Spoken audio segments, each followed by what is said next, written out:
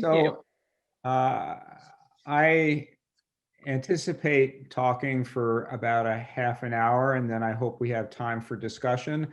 I may get a little carried away and get a few minutes longer. I do consider myself to be an evangelist for generosity, and it's something that I think is really important. It's really an important part of our faith lives and our faith journey. So I'm going to share my screen and fire up my presentation.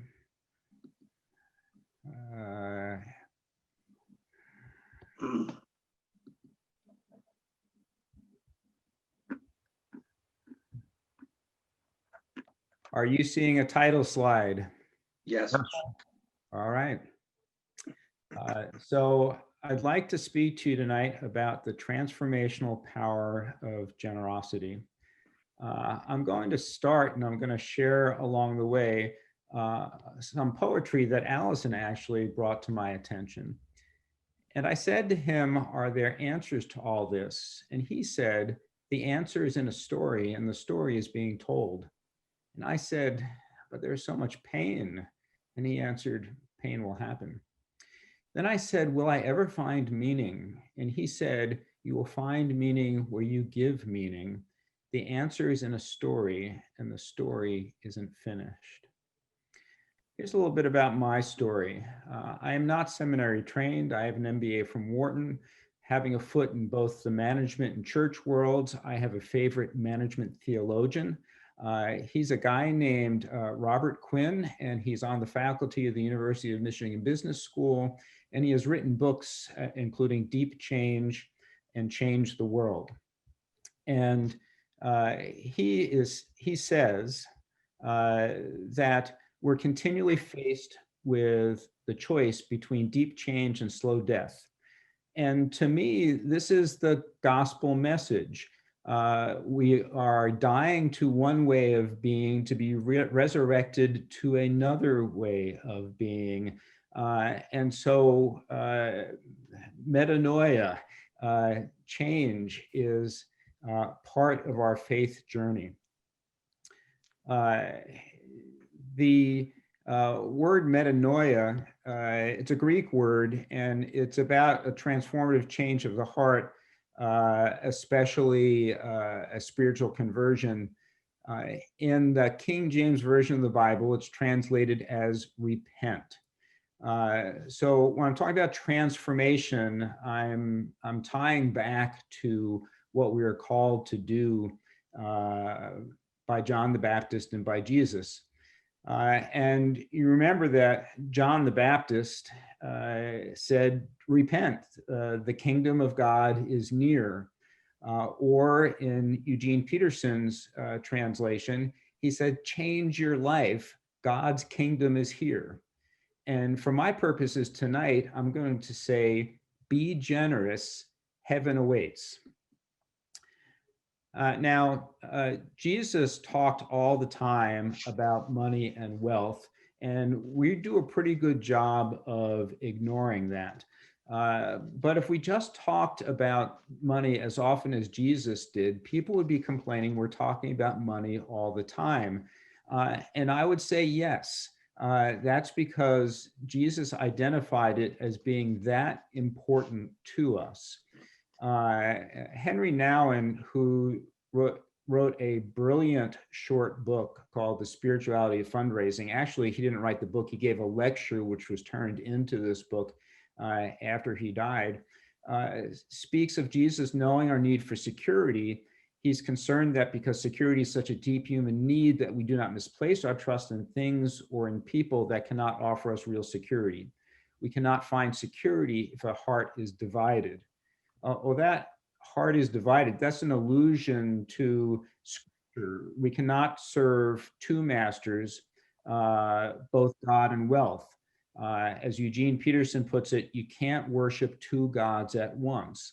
Loving one God, you'll end up hating the other. Adoration of one feeds contempt for the other. You can't worship God and money both. Or in the King James Version that we're still so familiar with, ye cannot serve God and mammon. So where do we find comfort and security? In wealth or in possessions? Jesus said, no, we find security in God, which is to say living compassionately and justly and peacefully.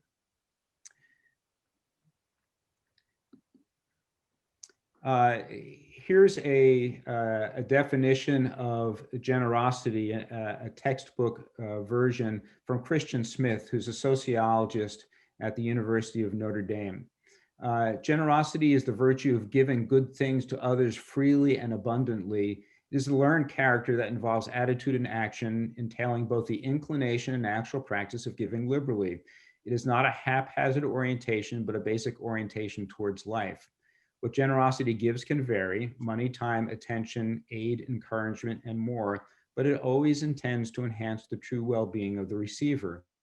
Like all virtues, generosity is in people's genuine and enlightened self-interest to learn and to practice.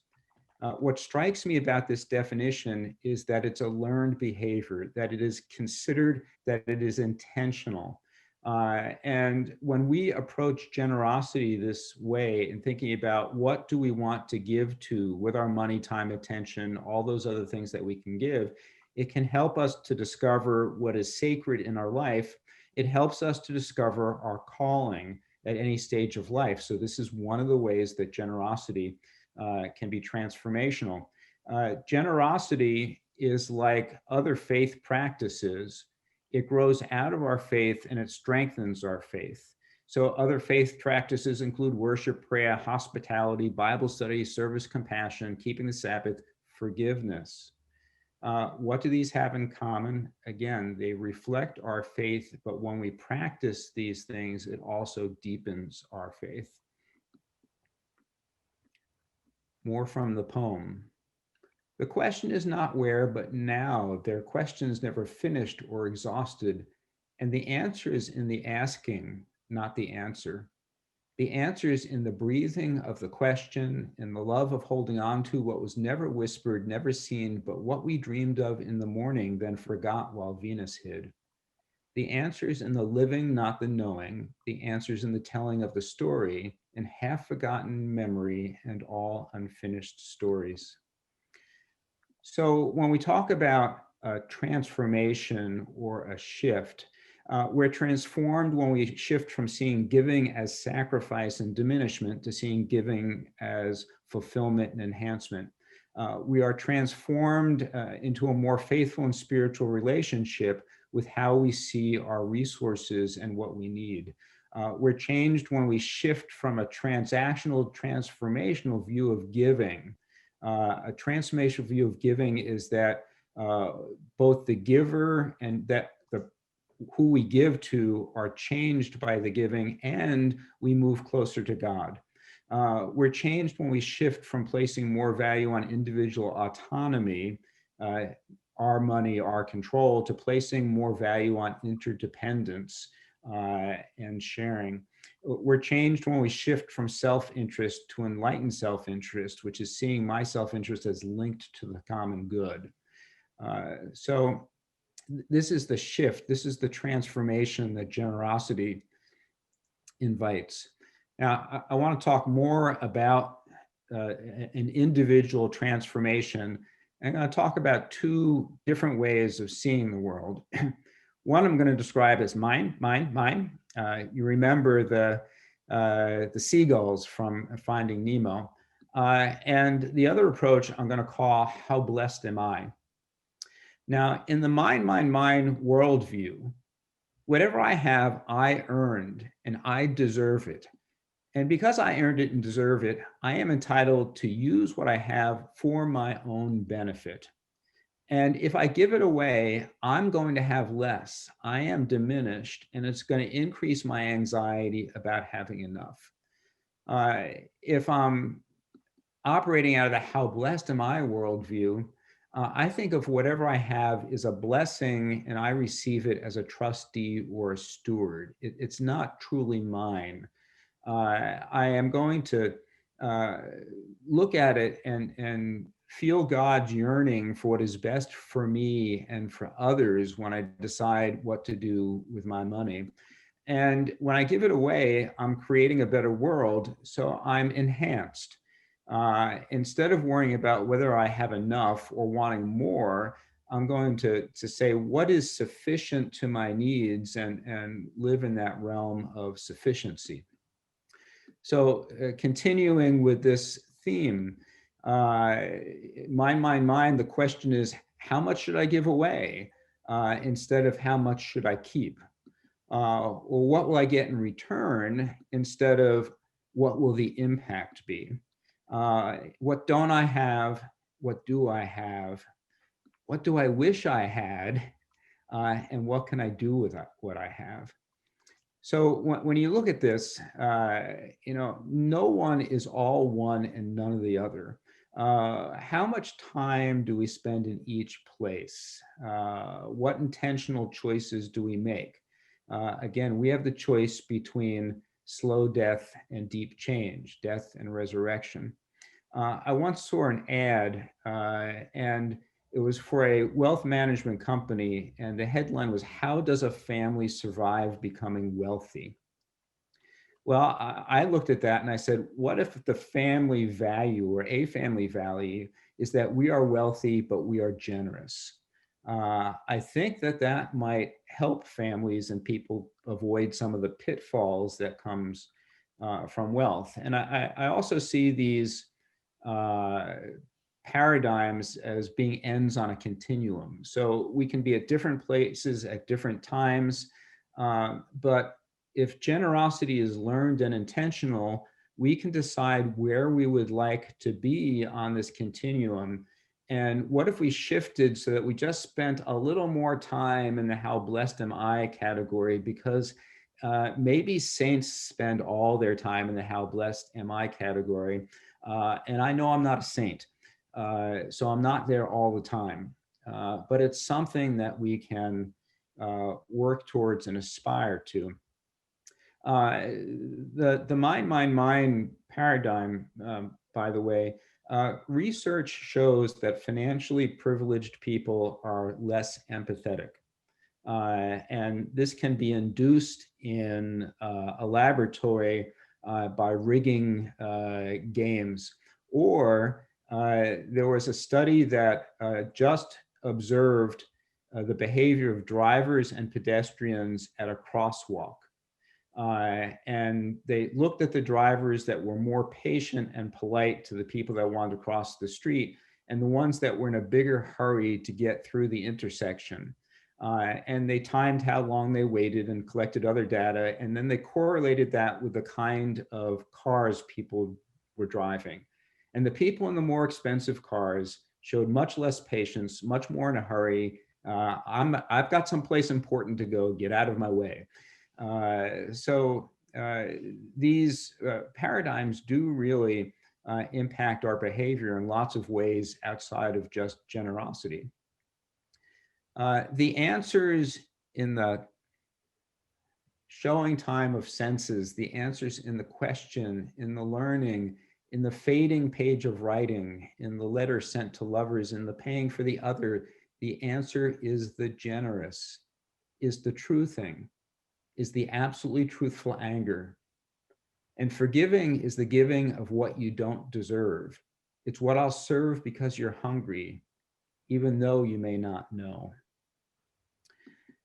Well, there's an analog to these two paradigms on the personal side, on the congregational side.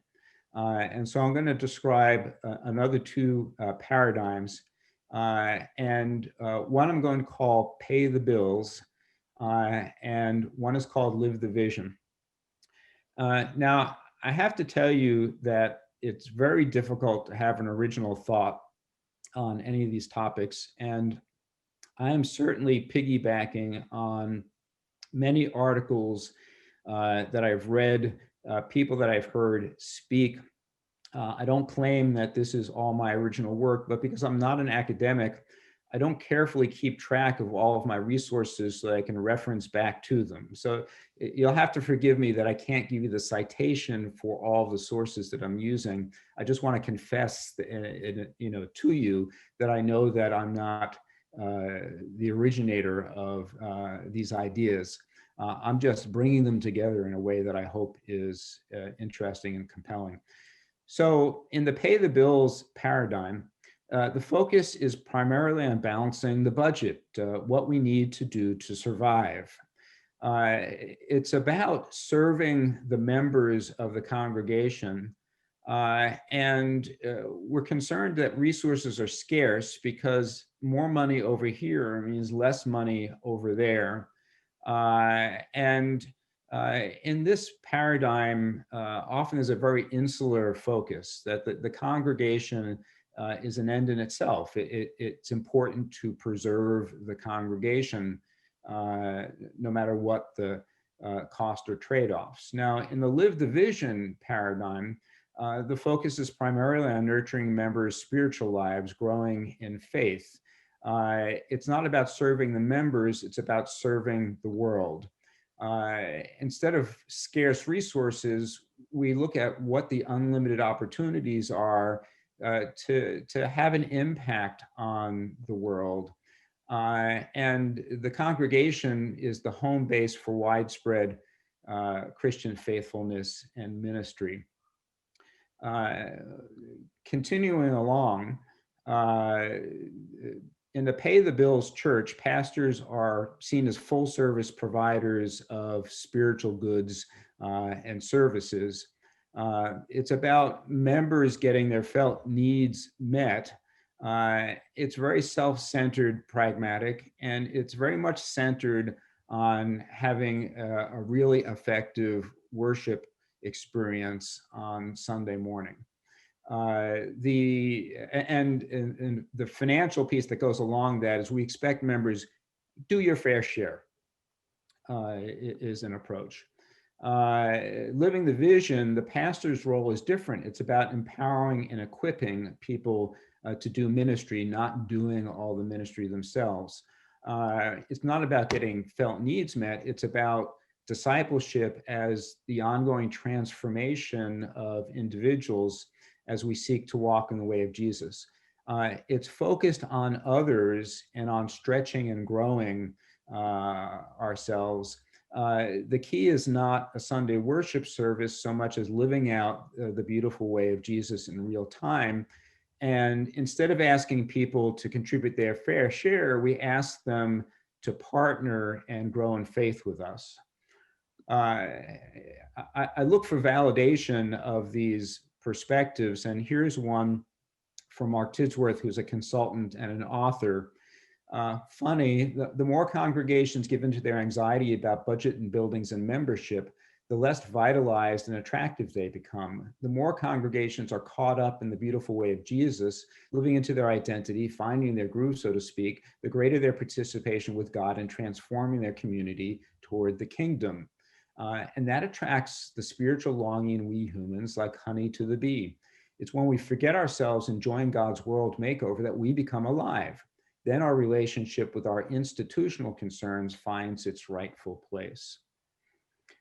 So these paradigms have real impact on the spiritual vitality and the financial viability of a congregation. I want to put to you that the pay the bills culture is the road to slow death. It contributes to declining membership, declining giving, declining engagement in the church.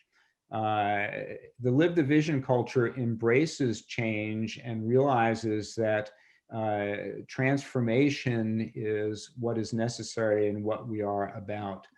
The pay the bills culture is transactional because we live in a culture of mass consumerism. So giving is an exchange. I support the church because of what I get in return.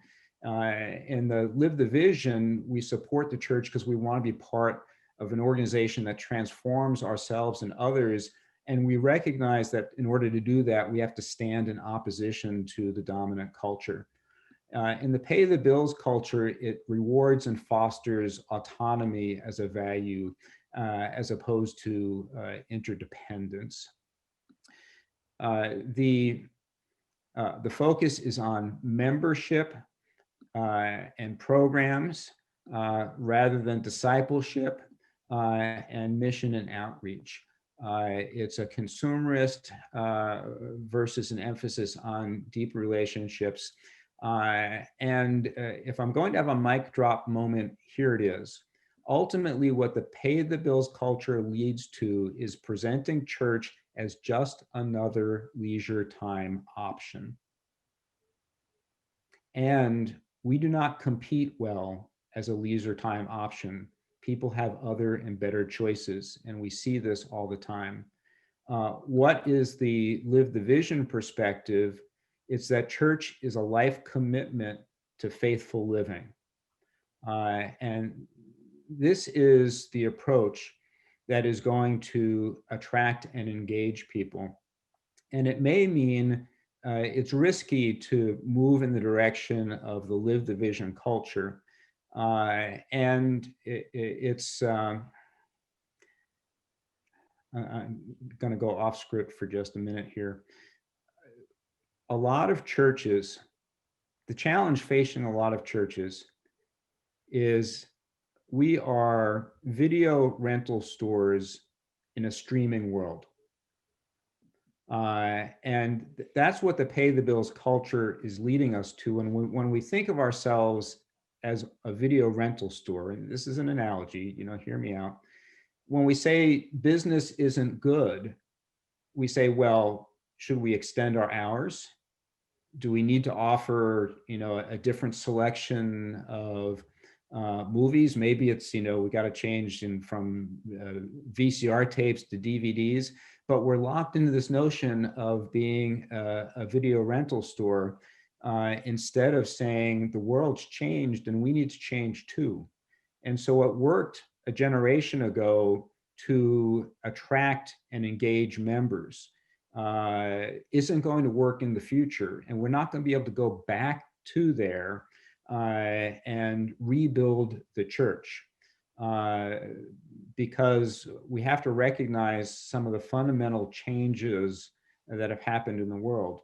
And being in the pay the bills culture, we can be trapped into an old model for facilities and staffing and programs that isn't aligned with what the world needs today. And so we see that in less engagement in people. I got to take a breath and stop for a second. Okay. Another idea I want to share with you, and in passing, because I think this is a really neat idea and I'm exploring it myself and I haven't had much time to do so, but Edgar Villanueva is a Native American from a tribe in southeastern North Carolina. And he's written books, he works in philanthropy, and I've seen videos of him speaking.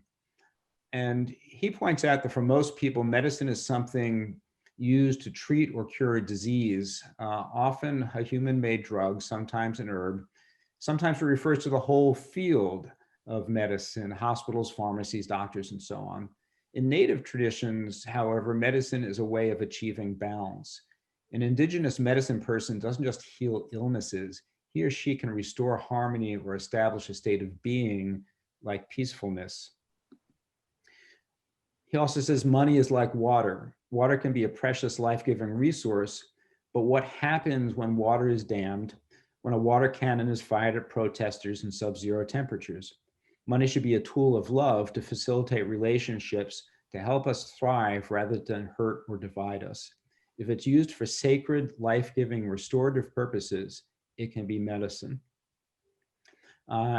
I'm really intrigued by this, and I am the chair of the stewardship committee in my own church, and I've already talked to my pastor saying, this is it. This is the touch touchstone, the leaping off point for our next stewardship campaign is to think about money as medicine, to think of how we use it in ways that are healing, sacred and life-giving as an approach to stewardship. The poet says the answer is in the story. Believing in bread does not make me a baker. Baking does. Believing in running does not make me a runner. Running does. Believing in Christ does not make me a disciple. Loving God and loving my neighbor as myself is what makes me a disciple. A moment of testimony. My wife and I decided early on in our marriage that we would be tithers, that we would give away 10% of our gross income. And we've done that. Some years were much harder and we fell a little short. Other years were easier and we did more. But we've been able to manage this over the course of our marriage. And I want to say that we feel blessed. We don't feel that this has been sacrificial. Now, we are very privileged, so and maybe it doesn't feel like sacrificial because we've still had many enjoyable things in life. But we feel blessed, and I don't want to suggest that we think that God has rewarded us, that God has intervened in the world somehow, because I don't think that God works that way.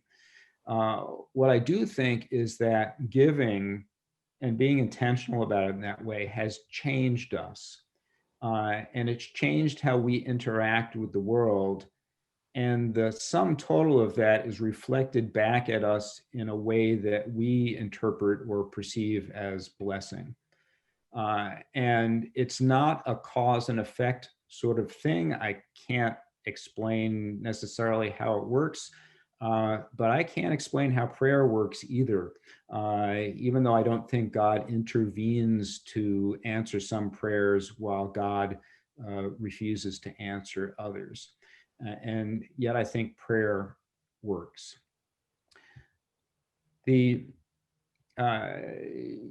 You're probably familiar with the story of Jesus and the rich young man, where Jesus said to the rich young man, sell all your possessions and give away the money. Well, is this the answer for everyone?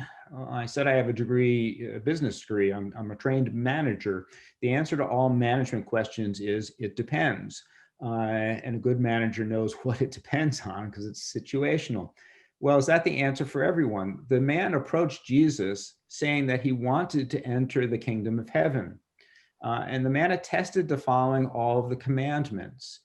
This should be enough. Shouldn't this get him entry into the kingdom of heaven? But by his own testimony, it was not enough. And so Jesus saw into the man's heart and determined that it was his wealth keeping him out of the kingdom of heaven. And so in that case, the prescription for that man was you have to sell everything and give away the money, because that's what the barrier is in your life between your relationship with God. Money is in the way. So how we use money can move us closer to the kingdom of heaven or be the barrier that keeps us away from the kingdom of heaven. Now, heaven for me is not about the afterlife. It's about the world we co-create to live in now. Now, have any of you seen the show The Good Place on TV? I can't see you. Yeah. How about this for a takeaway? All we need to do to enter heaven is to stop torturing each other. Treating each other with kindness and compassion is the key to heaven. So I see 3 affirmations as the foundation of generosity. This is an affirmation of my faith as I worked it out to express to conferees at Silver Lake.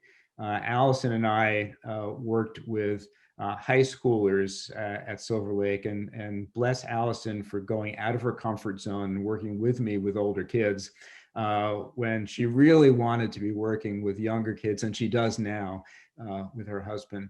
But here are my affirmations. God is. And so we should be grateful And if we're grateful, we should be generous. God loves each and all of us unconditionally. And what is the response to unconditional love, but to express love to others as well, including being generous? And God yearns for what is best for each and all of us. And what God yearns for is for us to be generous for our own sake and for the world's sake. The answer is in the living and the dying, in the trying for redemption on an empty hill of crosses. It's the shoring up of hope and the gathering of losses. It's the looking for companions in the hills and in the glens. It's the waking up and walking up and starting up again. The answer's in the living and the trying. And I said to the wise man, what is the answer to all this? And he said, the answer's in the story, and the story's just unfolding. Here's my plea to you. Make generosity a part of your story and see how your story unfolds. I am going to, let's see, I need to stop sharing. Let me see how I can do that. I got to move this. Nope.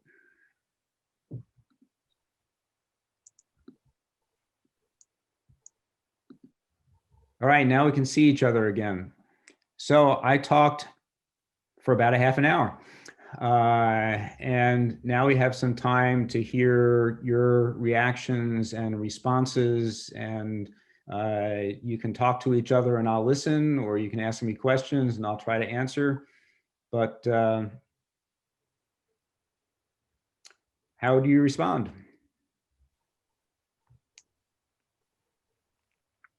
Well, I'm wondering something. I'm wondering, Charlie, because we have bills that need to be paid.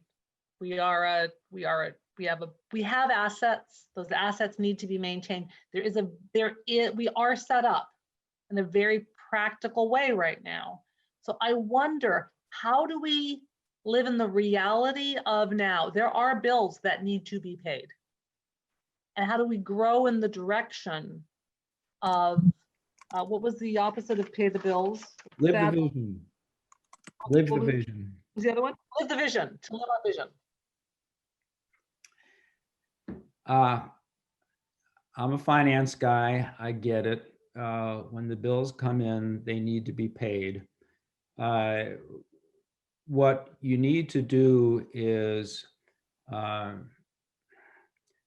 not be so wedded to the current arrangements that are not working that you can't move to something else. So all too often, we see churches that consume assets, they consume investments, or they sell property and use the proceeds in order to keep feeding the facility staffing and program model that they've been using, in the hope that if they just keep feeding the system, more people will come through our doors, more people will be inspired to generosity, and the budget will be balanced again through the increased participation of people in the system. And we are not seeing that. That's not what happens. That's trying to build the better video rental store in the streaming world. And so you need to pay the bills, and you may even need to use up some assets in order to do that in the short run. But you have to look down the road, hopefully anticipate far enough into the future to say that this strategy is not sustainable forever. And what new ways do we have at looking at how we do church together? I don't have the answers for what your church is going to look like down the road, except I suspect it's going to be different. And I can say with a fair degree of confidence that if you refuse to look at the facility staffing and program model that you've got, that you're at high risk for running out of assets as you consume them to balance that budget. So we see churches coming to a financial cliff.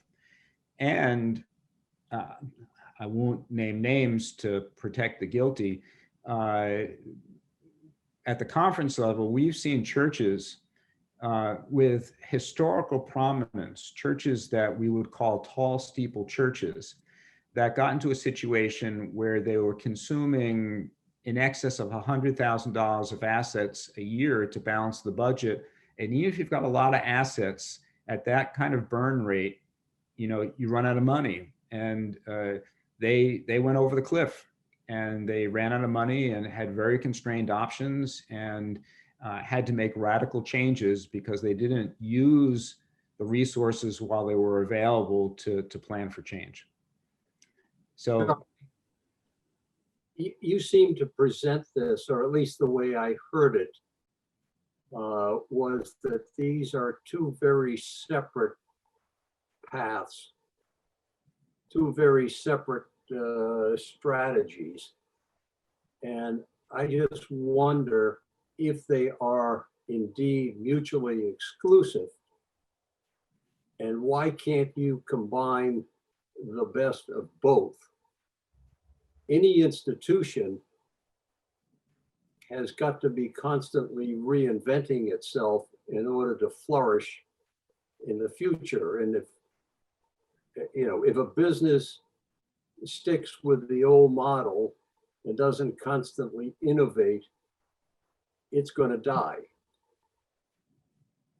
And just the way if a church doesn't innovate and be creative, it's no longer going to be relevant. So it seems to me that they don't have to be mutually exclusive, and you might be able to find a middle road that allows you, in this case, to focus on generosity as your way of finding innovation for the business. So it is doing the things that need to be done in order to keep you relevant in the world that is changing. yes, and when I presented the individual paradigms, mine, and how blessed am I said they're the ends of a paradigm, a continuum, and there is space in between. And I also I presented the pay the bills and the live the vision as kind of the opposite ends of a spectrum or a continuum, and highlight the contrast between them so that people can see the distinctions.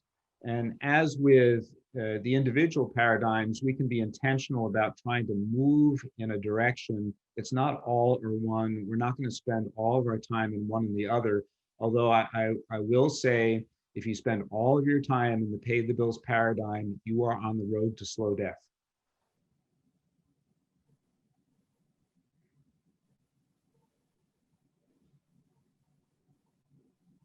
Hi, I like what John just said. I might be thinking about this a little bit too literally, but it seems like we're in a situation right now where we're being forced to think very differently about church, and I miss our facility a lot, and I know we haven't been able to do our normal program. But what is the alternative to the facilities and programs if we give those up? I mean, for right now, it isn't, I think, sustainable to be without facilities and without programs. I know you're not that literal about it, but I'm just struggling with what I've usually seen as actually core to my experience of the church, my happy experience of the church.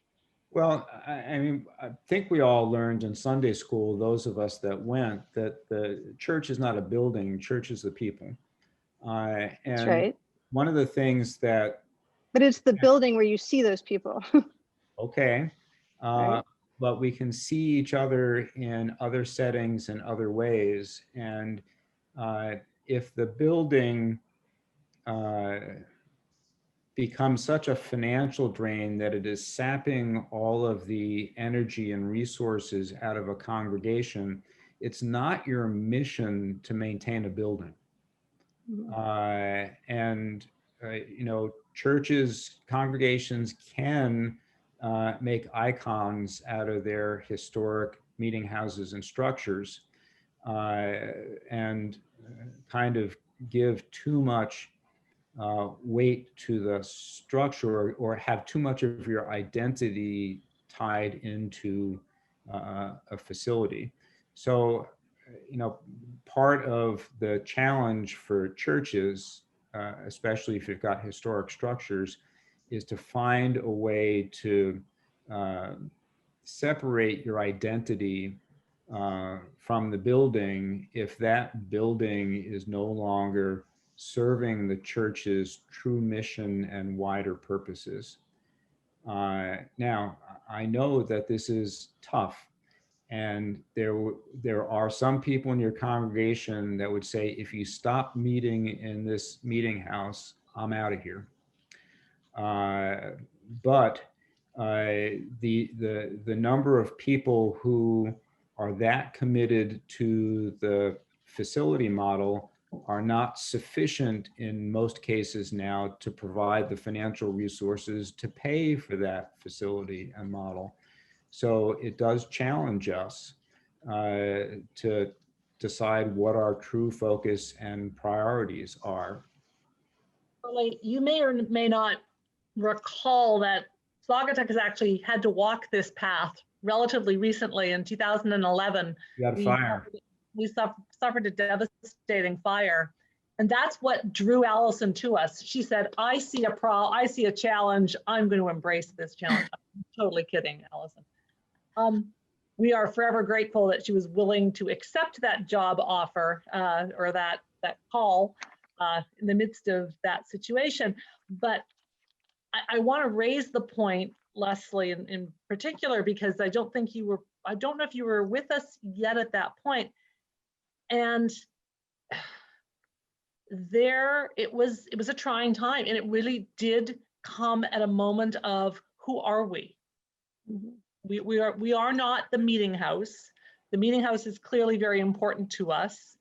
What do we do? How do we not rebrand, but how do we identify? And it was very powerful, that period of time, and it was not easy. It was not an easy walk, and we definitely lost people. There were definitely people who did not stay with us and struggled to find us because we didn't have one location.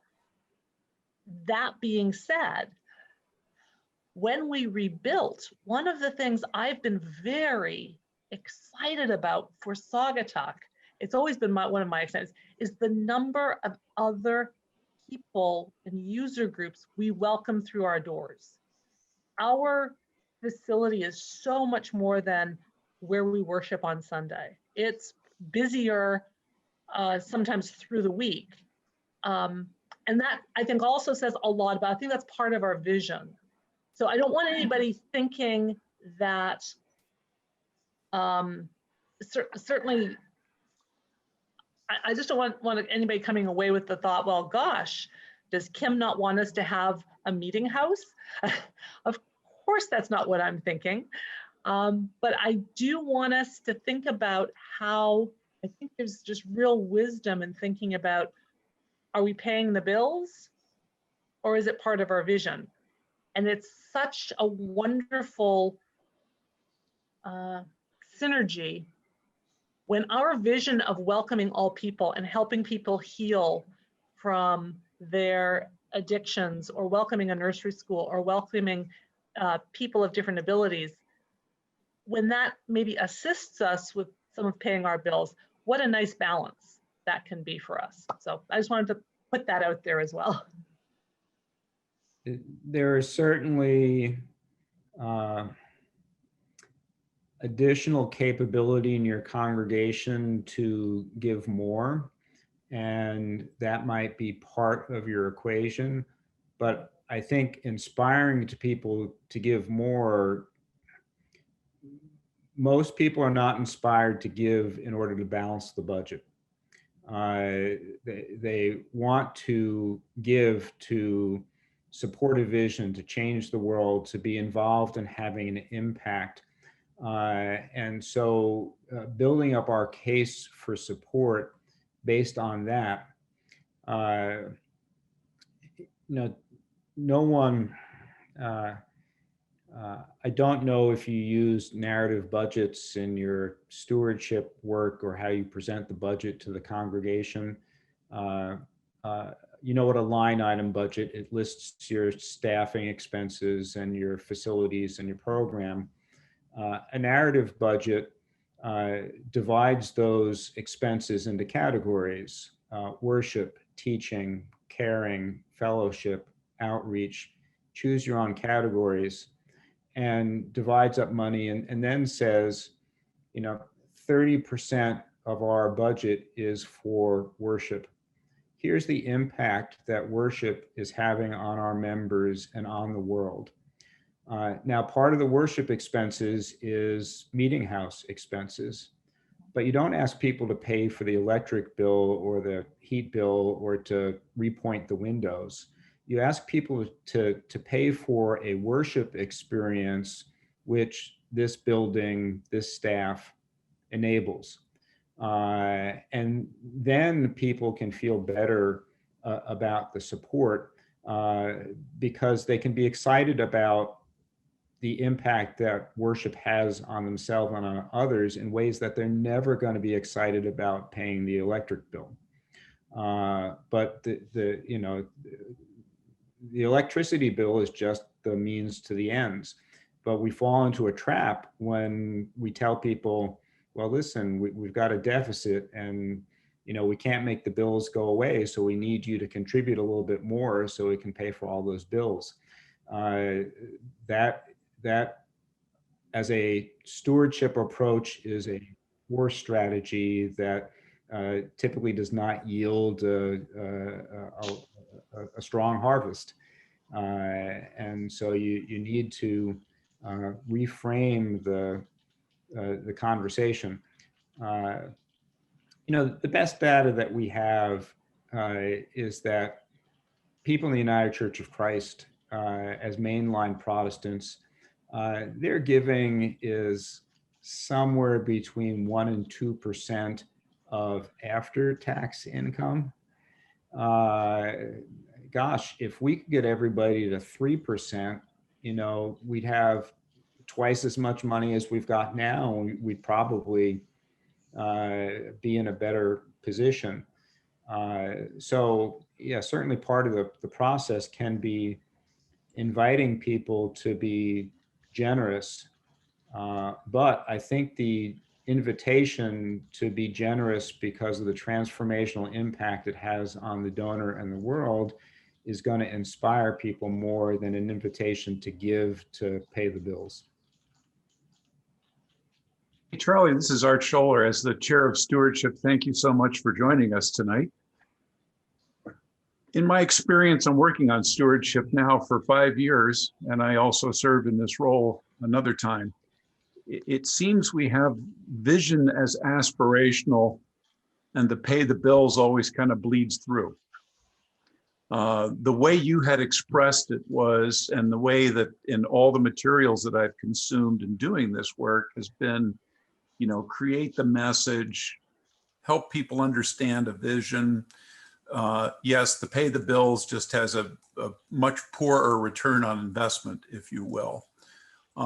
So, your model, and going back to John Walsh's comment, and thank you for that, John, is that the vision, and when you achieve that, the pay the bills kind of finds its place.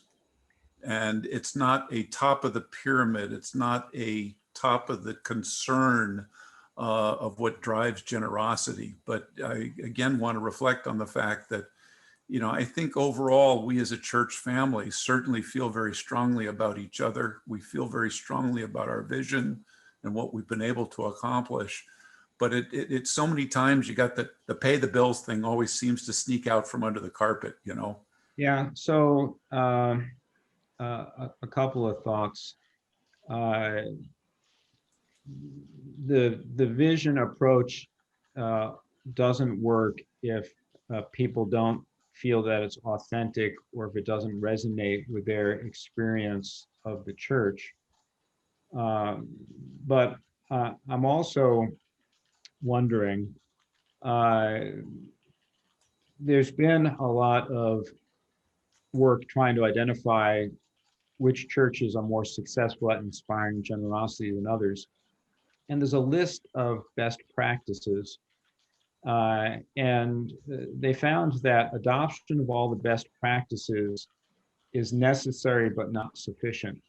It was only the churches that adopted the best practices and engaged people throughout the worship year, that generosity is an aspect of discipleship, that the best practices took root and grew. They actually found churches that tried to adopt the best practices without that kind of discipleship message. It actually, if anything, hurt giving. And I can dig up some additional material on that to share. So I'm just wondering if your stewardship efforts are more focused on just one time or season of the year, and you're not building this message into a more year-round approach to discipleship, that's part of why the pay the bills keeps leaking out or sneaking out from the corner it's been told to go stand in.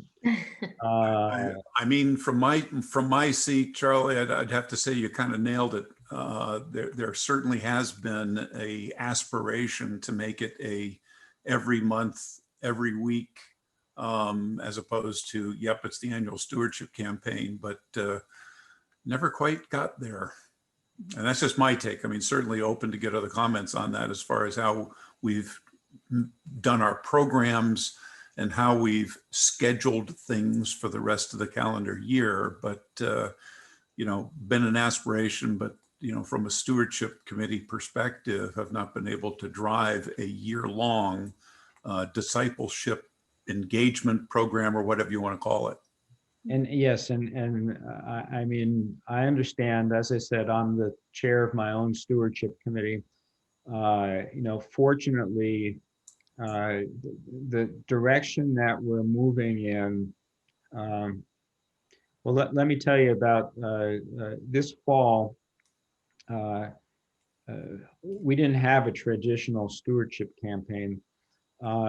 My congregation has a benediction we use every week that is beloved by many people. It starts, go forth into the world to serve God with gladness, be of good courage, hold fast to that which is good, render to no one evil for evil, support the weak, strengthen, help be flag. Well, I'll stumble a little, but encourage the faint-hearted, support what did we do? I worked with my pastor and associate pastor, and starting with our homecoming Sunday, we took one line from the benediction each week and made it the theme of the service. And the children's talk was about that, the sermon was about that, and we had testimony to generosity to go with each line. And so we had some, we were fortunate to have some great people and great stories. But our speaker, our testimony for Go Forth and Serve the World with Gladness was from a live kidney duck. Wow. And, it was really powerful. And so we were able to link the stewardship campaigns like, dang, all we're asking you for is money. We're not after your kidneys. But each line we were able to link to generosity to a line in the benediction. And so, yeah, we got to the end of the 7 or 8 weeks and we sent around a pledge card. But we said, listen, you've heard, all fall long, this is what we believe and this is what we stand for. These things are linked to generosity. Now it's time to fill out a pledge card. Now, I don't know what the results of the campaign are going to be now yet. We're just in the process of collecting pledge cards. And I know there's a fair chance that giving is going to decline overall because we've had 4 members of our congregation die in the past year that were all generous donors. And so it's going to be really, really hard to inspire enough generosity to offset that, especially since although my church has been bringing in new members, we're not bringing in a group of new members this fall due to the pandemic. So, you know, I just want to, you know, say you can expand the notion of a stewardship campaign to make it part of a wider worship theme. And again, it's one of the fruits of the Spirit. It's tied to discipleship. And if we keep making those connections, hopefully it will yield fruit.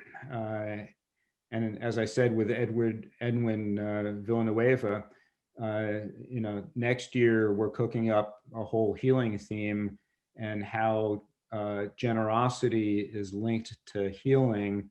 And we hope again to have kind of a multi-dimensional approach. In fact, I'm going to try to go a little further by planning further in advance with the different ways we can integrate this into the life of the congregation. So I hope we get to the point where we ask a pledge card and people say, I see a connection. This isn't about balancing the budget. This is about healing my own soul and healing the world in some important way. Well, those are great things to share, Charlie. And it sounds like you and I are at that same moment where it's like, what's that mailbox look like where those pledge cards are supposed to show up? Yeah. And I said, my congregation is in a relatively healthy place. We are, our budgets are balanced or nearly balanced without consuming assets or very little assets. But, you know, we know we're in a tenuous situation because one of the things we've done, you know, we just look at our donors and the age of our donors. And even though we're a multi-generational church, we have a mix of ages from families with young children up to older empty nesters. We still, if we trend out into the future, we're looking at fewer members and fewer donors and less money coming in. We're not going to be able to avoid all of the questions about how we do church. And so we've already started conversations about a partnership. Granby, not a large town, 11,000 people, has 2 UCC churches less than 2 miles apart for historical reasons. And, you know, we've had conversations because we can see in the future that this community is not going to be able to sustain 2 traditional churches in the historical model of doing church. That one or both churches is going to have to adopt a different model. And maybe the future involves more collaboration to deal with the realities that we're facing. A couple of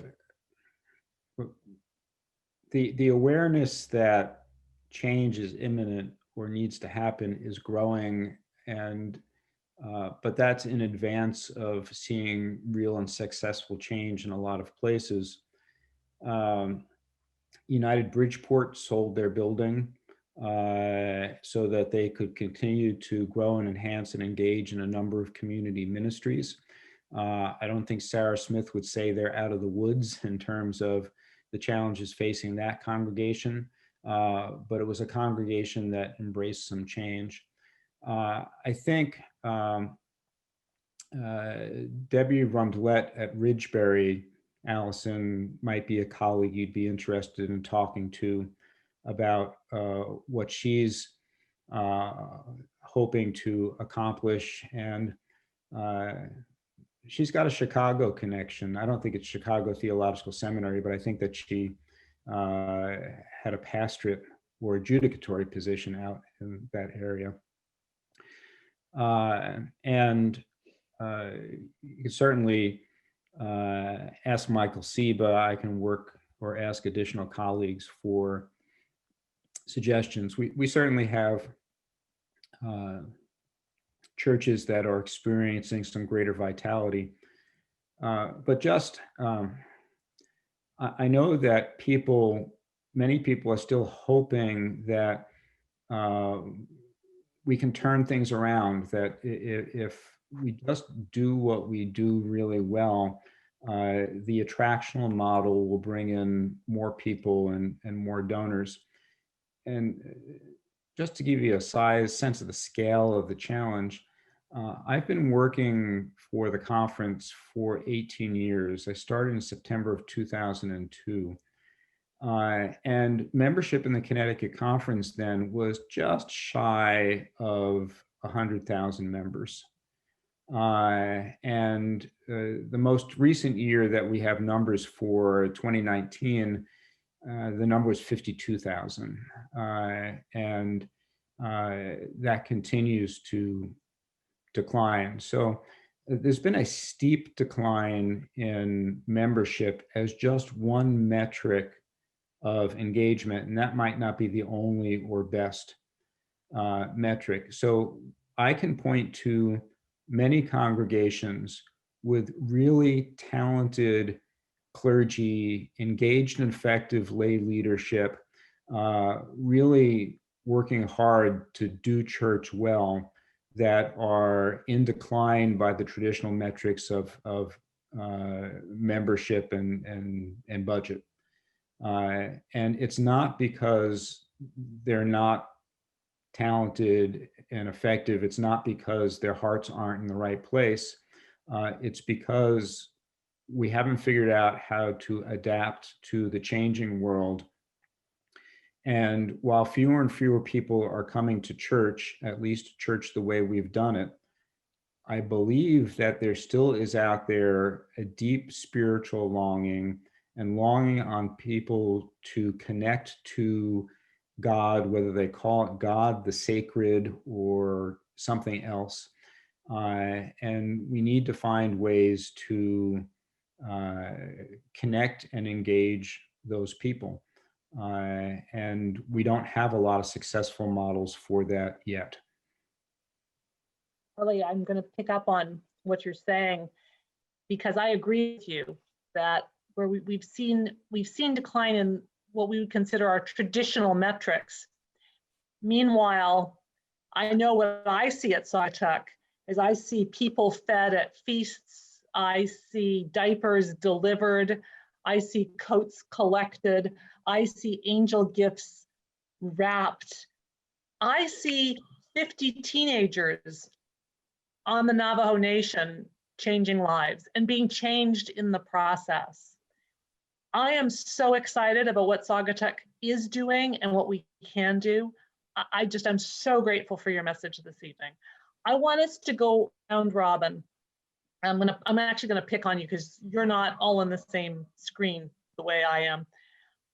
I want just a couple of words. If we were to move toward living your vision for what you think Saugatuck Church can be, what does that look like? I'm gonna start because I've got the mic. For me, it's a safe place for children to feel loved and to belong. That's my vision. Sarah, you're right next to me, so you get to go next. I'm sorry. Sarah and Bob's on deck. Sarah, what would be your vision for Saugatuck? Just a few words.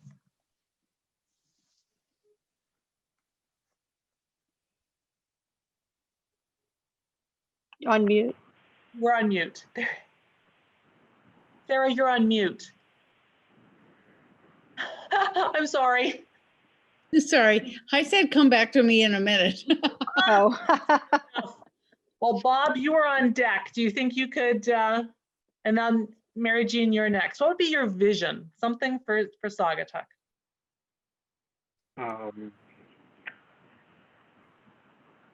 Safe place to grow in the faith and not worry about the dollars and cents so much. Yes, thank you. Mary Jean, Doug, you're I on think deck. I would agree with you, Kim. I would say more of that youth energy that we have with the kids in our congregation throughout the church. Doug, Kim, you and touched John, on you're on deck. Kim, you touched on the youth mission piece of it. Mhm. And I know Saugatuck has had a long tradition of really being focused in on missions, but again, based on the practicalities of budgets and such, missions has suffered. Perhaps we relook at that and use that as a way of moving towards a broader nurturing vision. I'm not sure those were the right words, but just a thought. Great words.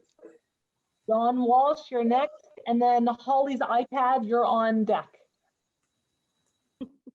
I see us being the church that serves the community, is known as a safe place for the entire community and not just our own membership. Thank you. Holly and Paul, and then we're going to go to Art. Well, I think we were going to echo what John was just saying. It's a place of community and fellowship and spiritual sharing and personal growth. And I think it's a resource for the community also. I mean, look at our Thanksgiving dinners and some of the other things that we do. So I really focus on that community aspect. Thank you. Are you echoing Paul, Holly, or do you have your own to add? No, I'm She said ditto. ditto. Yeah. Okay, I have mine now. I wrote a loving, giving, inspirational plate. Nice. I was still on mute. No. No, you're good. Oh, Thank but now you. you are. Art, and then Leslie. Well, I get to cheat a little bit here since I'm in the midst of stewardship and I just gave the sermon a couple of weeks ago. I'm just going to do a shameless plug for the stewardship theme. Saugatuck is and will be even more so a place where we can experience and also express the three great loves of children, neighbor, and creation. Lovely. Well, Leslie, you get to follow that. Well, I really agree with everything everybody has said. I don't think I have an original thought, but the words that were coming to my mind are, it is a community for the community, of the community, in the community. And I think Saugatuck, what has always been important to me is how open the doors are. The open doors are for everybody. So I would encourage you to think, to the extent that some of these visions are inward looking, how could you translate them in a way that would be more outward looking? So to pick on Kim, it's not just that our children should have a safe place to belong to. What if it was our yearning that all children have a safe place to belong to? And we want to see that change in the world, not just for our children, but for other children as well. I'll take that edit. But I think that changes the perspective somewhat. And it can't just be a statement. It's got to be sincere and it's got to be backed up with action. What are we doing for the children that are not going to have the opportunity to be with us, but also need that safety? Awesome. And that's where maybe we can mixed with Doug's idea, we can get our children involved in missions that help children and make that real Sure. for them in that way, as an example. So a theme, this outward-looking things, I think it's important. Whatever you want for yourselves, doesn't God yearn for that for other people too? And how can we be engaged in not just providing that for us, but for others as well? Charlie, could I ask you a question? Back to, the comment about, the two congregational churches in your community with memberships declining. I mean, that's a picture that we see in all of our communities. Yep. Clearly, we've got far too much capacity and too little demand. And if we were following a business model, we would combine some of these congregations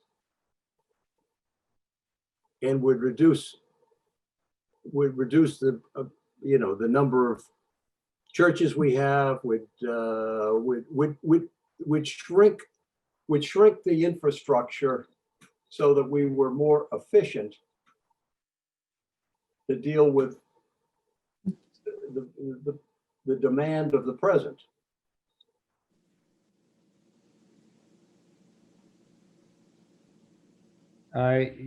Yes, but we're not that kind of a polity in the United Church of Christ. I know we're out of business and we can't think that way, but it seems to me that that somehow the model that was created 150, 200 years ago that put these churches up all over the place.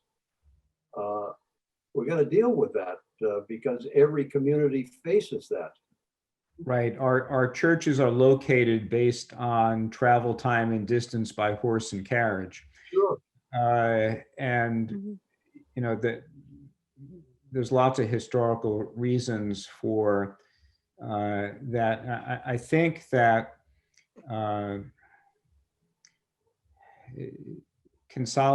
there's a lot that makes sense about some kind of consolidation of congregations, but it needs to be very carefully done because you can easily alienate people in the process. And I wish I had a recipe to give to churches that would say, here's the 7 steps to a safe and happy partnership with another congregation. We're not there yet. We have some glimpses of what that might be.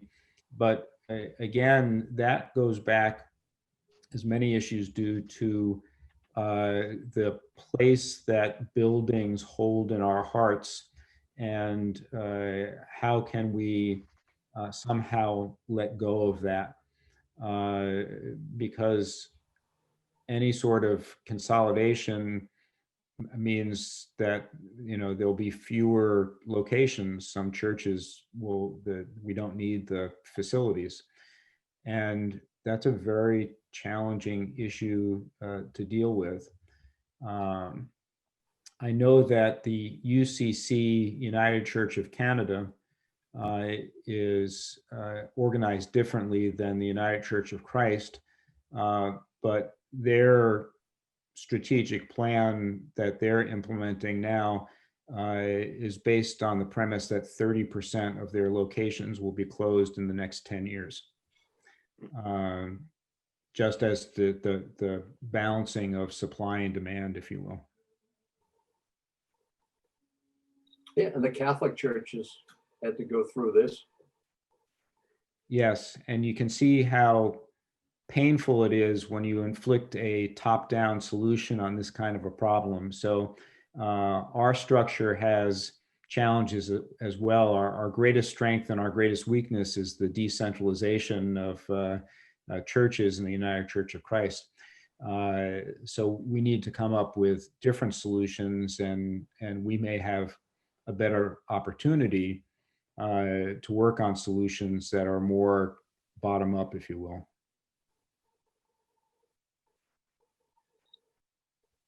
Well, and I do hope that, certainly as I hope 2021, and we're able to be back either together again and actually physically in our structure, and we're able to welcome the community and our user groups back to our structure, that we might continue to think exactly as Charlie has suggested, all those things we're wishing for ourselves, how might we also then extend that to those in the wider community.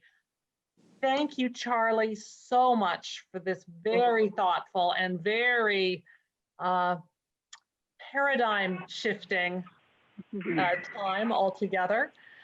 I'm sure if there are more questions, are you able to make yourself available? You have contact information that you could perhaps share? I know we can reach you through the website of the UCC, but would you be willing to share your email in case people were so inclined? Sure. It is Kuchenbrod, c@sneucc.org, and I've just typed that into the chat box. I can also type in my phone number there into the chat box, and I can email that to you, Kim, as well. That would be great. Any last questions for Charlie as we wrap up? Well, if you would all then take a deep and spirit-filled breath with me for one last time for this evening, and we will go on our way, but join your hearts with mine.